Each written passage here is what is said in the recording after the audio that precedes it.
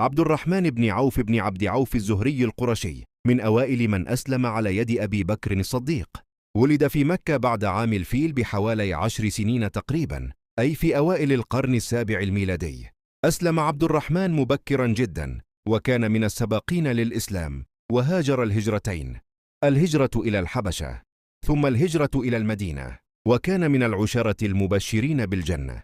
كان تاجرا ماهرا فتح الله عليه في التجارة، وقال فيه النبي: أسريو فرتس وفب ورسا، بارك الله لك في مالك. وكان كريما ينفق في سبيل الله.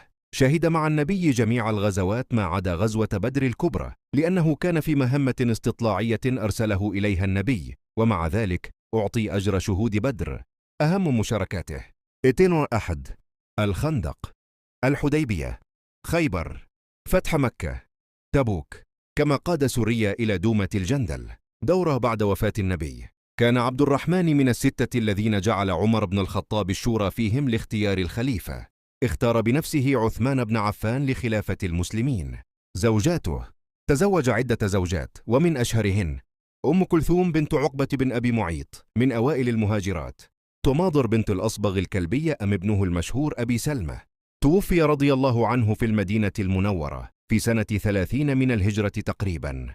كان عمره نحو 75 سنة، وصلى عليه الخليفة عثمان بن عفان، ودفن في البقيع.